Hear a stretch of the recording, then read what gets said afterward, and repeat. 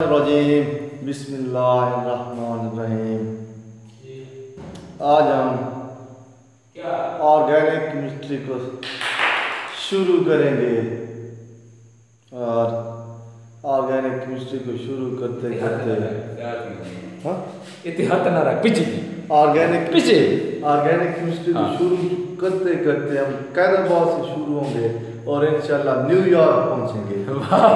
क्या बात है, क्या न्यूयॉर्क से वापस आके कैदाबाद रुकेंगे और हमारा इसरा एक पूरा चक्कर मुकम्मल होगा। इस साइकिल को हम क्या कहते हैं? इस साइकिल को हम कैदाबाद टू न्यूयॉर्क साइकिल का नाम देंगे और ऑर्गेनिक केमिस्ट्री इस तरह पढ़ेंगे कि आपको भी आएगी, आपके बच्चों को भी आएगी, आपके बच्चों के बच्चों को भी आएगी, आपकी नस्लों में ट्रांसफर तक आती रहेगी ऑर्गेनिक केमिस्ट्री।